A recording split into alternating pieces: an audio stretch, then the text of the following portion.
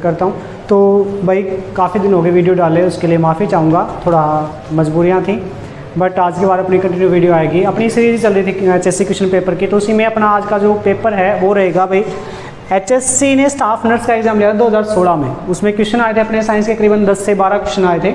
तो साइंस से इसमें इंपॉर्टेंट है ही भाई, बायोलॉजी मोस्ट इंपॉर्टेंट पार्ट बनता है इसका। तो उसके कुछ क्वेश्चन हैं जो आज हम बात करें उनके बारे में।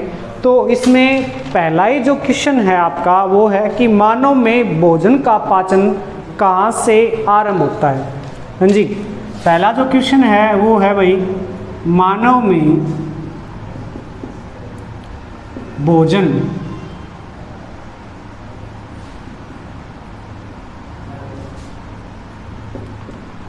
का पाचन कहाँ से आरंभ होता है। तो इसमें जो ऑप्शन थे आपके वो थे भाई छोटी आंत, बड़ी आंत, पेट और मुख। तो इसका जो राइट आंसर रहेगा अपना वो क्या रहेगा भाई, मुख। देखो जो एक पूरा सिस्टम है अपना या में एक पूरा तंत्र है जिसे हम क्या बोलते हैं, पाचन तंत्र, उसके अंग हैं भाई।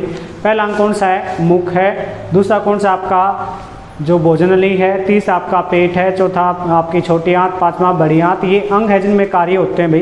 तो भोजन का जो पाचन है वो कहाँ से आरंभ होता है, मुख से होता है। जो अपना स्टार्च है कार्बोहाइड्रेट, उसमें उसका जो पाचन मुख में होता है। और कौन सा एंजाइम करता है भाई, टाइलिन एंजाइम करता है, जो अपना स्टार्च है कार्बोहाइड्रेट्स को चेंज करता है किसमें, माल्टोज की फॉर्म में। तो पहला जो आपका आंसर क्या रहेगा भाई, मुख रहेगा। मानव में भोजन पाचन कहाँ से आरंभ होता है, मुख से। दूसरा पानी का विद्युत अपघटन। हाँ जी, ये इंपॉर्टेंट क्वेश्चन है।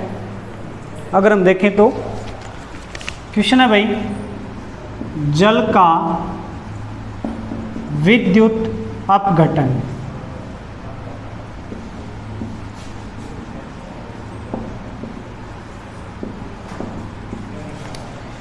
हाइड्रोजन गैस और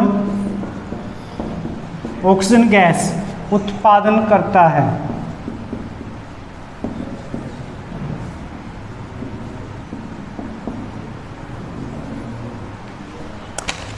जल का विद्युत अपघटन। तो जल का जो फॉर्मूला है वो सबको पता होगा, क्या होता है अपना H2O होता है। इसने कहा कि अगर हम जल को तोड़ेंगे बाय इलेक्ट्रोलाइसिस प्रोसेस तो उसमें कितनी हाइड्रोजन कितनी ऑक्सीजन रिलीज होगी। जल का विद्युत अपघटन कितने ऑक्सीजन हाइड्रोजन उत्पादन करता है। तो मैं बता दूं भाई फॉर्मूला क्या अपना H2O है। और इसका जो अनुपात है, क्योंकि यौगिक है कंपाउंड है, तो उसमें अनुपात क्या रहता है भाई, इनका 1:8 रहता है। मीन्स 1:8। लेकिन जब इसको हम तोड़ते हैं तो ये जो देगा हमें क्या देगा भाई, 2:1 देता है। मतलब 2 ग्राम तो क्या देगा, हाइड्रोजन, और 1 ग्राम क्या देगा भाई, ऑक्सीजन। ये रहेगा जल का विद्युत अपघटन। मतलब सिंपल क्वेश्चन था अपना कि जल का विद्युत अपघटन कितने हाइड्रोजन ऑक्सीजन गैस उत्पादन करता है, कितने रेशियो में। तो क्या रहेगा अपना 2:1। थर्ड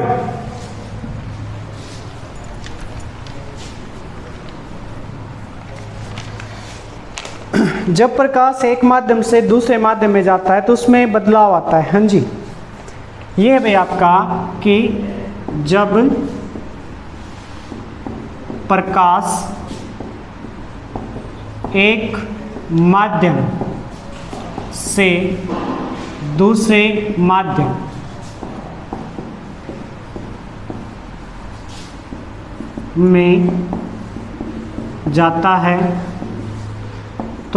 है तो उसमें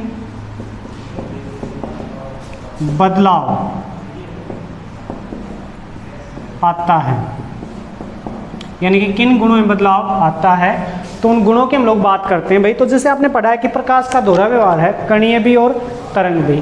तो उसमें क्या चीज़ें होती हैं, अपनी तरंग दे रही होगी तरंग में, तो ठीक है। और कण में क्या होता है, द्रव्यमान होता है, ऊर्जा होती है, वेग होता है। तो जब प्रकाश एक माध्यम से दूसरे माध्यम में जाएगा तो उसमें जो बदलाव होगा क्या होगा, मतलब यहाँ पे अपना कांच लगा है पारदर्शी, उसमें से प्रकाश अगर गुजर जाए तो उसकी क्या चीज़ें हैं जो बदलाव महसूस करेंगी। तो इसका जो राइट आंसर रहेगा अपना क्या रहेगा भाई, तरंग दे रही है।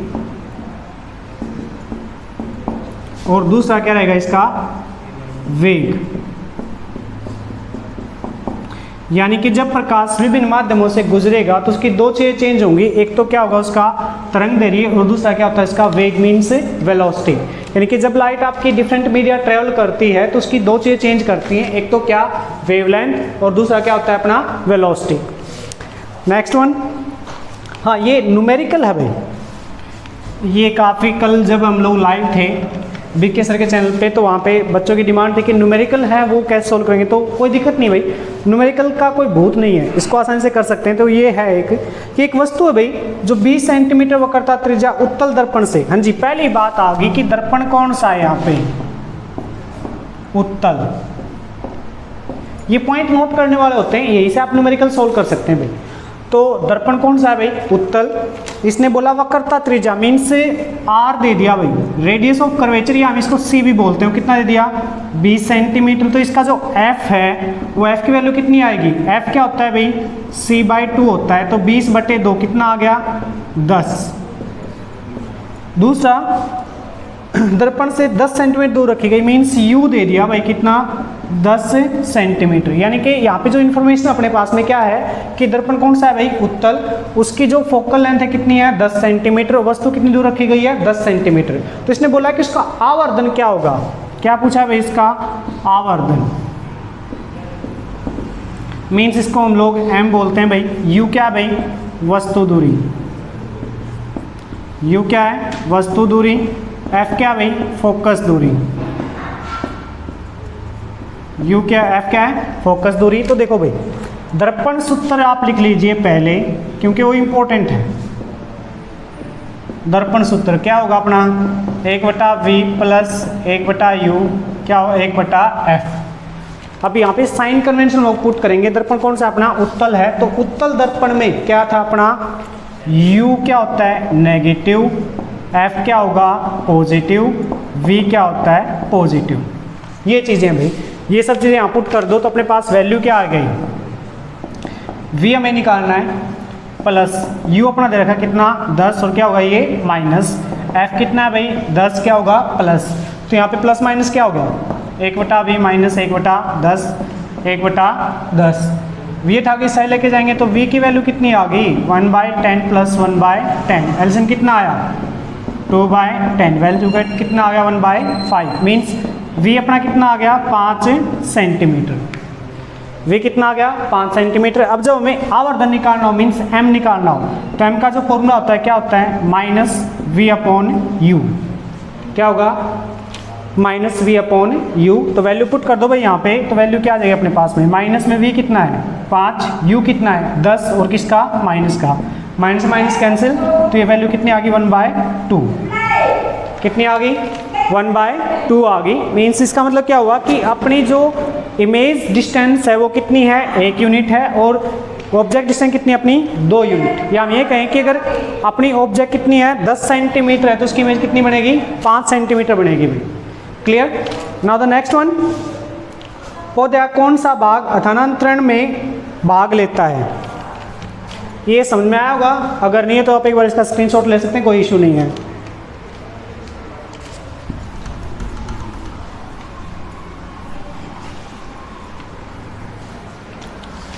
हाँ जी नेक्स्ट था पौधे का कौन सा भाग स्थानांतरण में भाग लेता है, पौधे का कौन सा भाग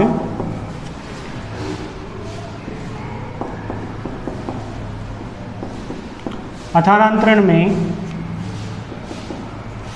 भाग लेता है। ये पजल नहीं होना भाई यहाँ पे, एक्चुअली में एक क्वेश्चन पजल टाइप का, देखो हम लोग स्थानांतरण पढ़ते हैं मीन्स डिस्प्लेसमेंट पढ़ते हैं, अब यहाँ पे हस्तांतरण पूछा गया है। ये होता क्या कि एक टाइप की ऐसी मोशन जिसमें आपका जो फैक्टर है वो चारों तरफ मूवमेंट कर सकता है, उसे हम क्या बोलते हैं हस्तांतरण बोलते हैं। तो इसके जो ऑप्शन दिए गए थे वो क्या थे भाई, जाइलम, फ्लोएम, कार्टिक्स, ये सब। तो आपको पता है कि जाइलम जो है जड़ों में होता है और ऊपर तक लेके जाता है, उसकी मोशन अपवर्ड होती है। फ्लोएम चारों तरफ मूव कर सकता है, तो इसका आंसर क्या रहेगा अपने पास फ्लोएम। राइट आंसर क्या रहेगा इसका फ्लोएम। यानी कि पौधे का जो कौन सा भाग है जो हस्तांतरण में भाग लेता है वो राइट आंसर क्या है उसका फ्लोएम। नाउ द नेक्स्ट, हाँ जी, मधुमेह डायबिटीज किस कारण होता है? मधुमेह किस कारण होता है?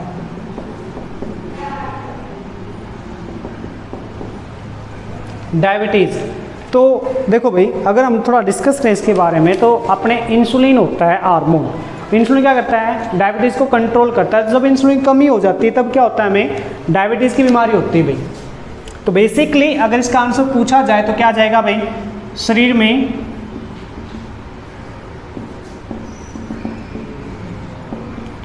इंसुलिन की कमी, क्या जाएगा? इंसुलिन की कमी भाई, ये इसका राइट आंसर रहेगा।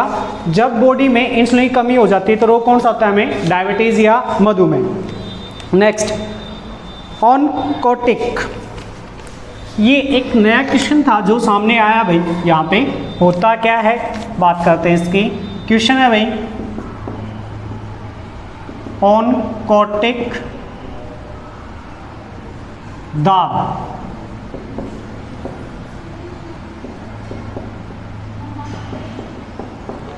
क्या होता है? ऑनकोटिक दाब क्या होता है? तो अगर हम एक सिंपल सी बात करें, जैसे मेरे पास ये इंक की डब्बी है, अब इसके अंदर एक लिक्विड भरा हुआ है, लिक्विड मीन्स तरल पदार्थ। तो इस लिक्विड के यहाँ इस कंटेनर के बाहर जो प्रेशर अप्लाई होगा ना, उसे हम क्या बोलते हैं? ऑनकोटिक दाब कहा जाता है। मीन्स आपका ऑनकोटिक प्रेशर बोलते हैं इसको। यानी कि अगर कोई भी तरल पदार्थ है वो एक कंटेनर में भरा हुआ है, उस कंटेनर के बाहर जो प्रेशर अप्लाई होगा उसे हम क्या बोलते हैं? ऑनकोटिक दाब कहा जाता है। तो इसका जो आंसर रहेगा अपने पास में वो क्या रहेगा भाई? तरल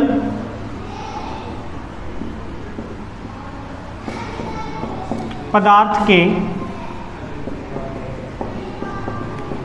बर्तन के बाहर का दाब।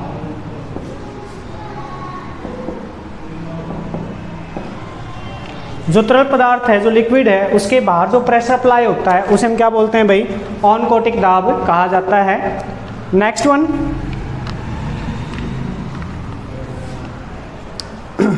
श्वसन की कौन सी प्रक्रिया पैराडॉक्सिकल श्वसन में लेगी भाई? हाँ जी, जो क्वेश्चन है अपना वो क्या है भाई? श्वसन की कौन सी प्रक्रिया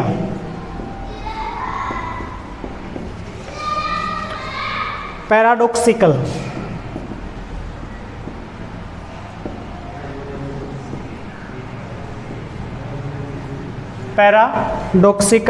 श्वसन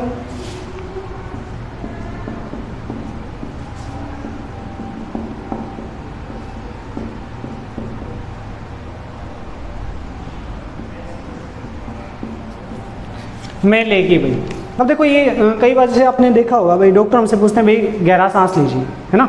उस केस में क्या होता है, अपना जो डायफ्राम होता है फैलता है, सिकुड़ता है बहुत ज़्यादा, मतलब बहुत ज़्यादा अमाउंट में, तो उसे हम क्या बोलते हैं भाई? पैराडॉक्सिकल श्वसन कहा जाता है। तो इसका जो राइट आंसर रहेगा अपना क्या होता है भाई? फ्लेल चेस्ट बोलते हैं भाई। जो उत्तर है वो अपना क्या रहेगा भाई? Flail chest.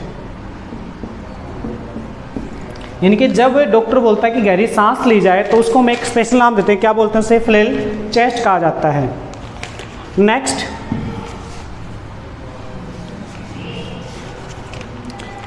एस्ट्रोजन की कमी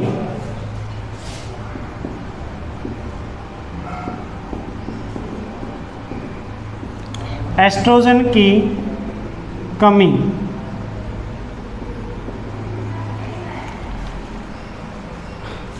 कौन सी बीमारी है?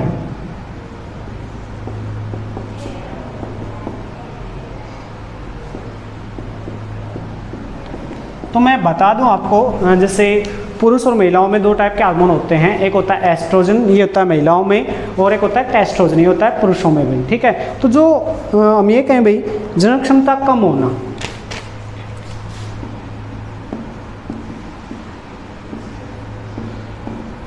क्षमता कम होना, वो किसके कारण आता है? एस्ट्रोजन हार्मोन महिलाओं में, और पुरुषों में कौन सा? टेस्टोजन। लेकिन यहाँ पे पूछा गया था भाई कि इसको कमी कौन सी बीमारी है, तो अपने पास में कौन सा आ जाएगा भाई? जनन क्षमता कम होना। किसमें भाई? महिलाओं में।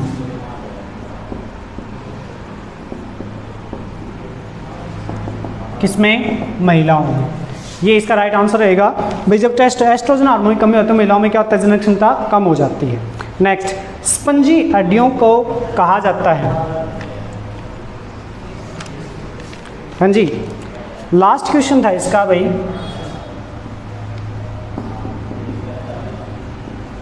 स्पंजी हड्डियां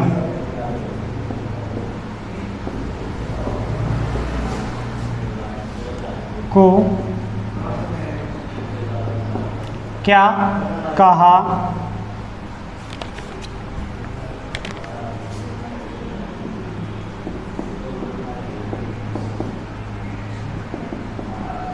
जाता है? तो हड्डियों के अपने नाम हैं। तो स्पंजी जो हड्डियां होती हैं क्या होते हैं? इनमें मतलब लिक्विड फ्लो बहुत ज़्यादा होता है और इनमें मतलब मुड़ने धोने की क्षमता ज़्यादा होती है। तो इन्हें क्या बोलते हैं? सुसीर हड्डी बोलते हैं भाई। जो इसका राइट आंसर है वो क्या रहेगा भाई? सुसीर हड्डी। क्या रहेगा? सुसीर हड्डी। मतलब एक टाइप में ये चीज़ें अपने पास में, ये क्वेश्चन थे आज के जो अपने एग्जाम हुआ था कौन सा? HSC स्टाफ नर्स 2016 का ये क्वेश्चन आए थे साइंस के। तो आज अपनी ये सीरीज ऑलमोस्ट कवर अप कर लिए भाई। कुछ और पेपर रहते हैं उनका भी हम डिस्कस करेंगे। लेकिन एक बात और है, अगर NCERT किसी को करना है कंप्लीट सिलेबस अपना 9th और 10th और 8th जो भी क्लास है, तो कमेंट बॉक्स में लिख दीजिए भाई, ठीक है? उसके अकॉर्डिंग हम लोग स्टार्ट करेंगे। जितनी ज़्यादा कमेंट आएंगे भाई, एक तो ये सीरीज चलानी है अपनी आगे, या फिर एक अपना भाई NCERT स्टार्ट करना है। तो जिसकी कमेंट ज़्यादा होंगी वो चीज़ हम लोग स्टार्ट करेंगे भाई नेक्स्ट से। और प्लीज़ सपोर्ट करते रहिएगा। जय हिंद, जय भारत।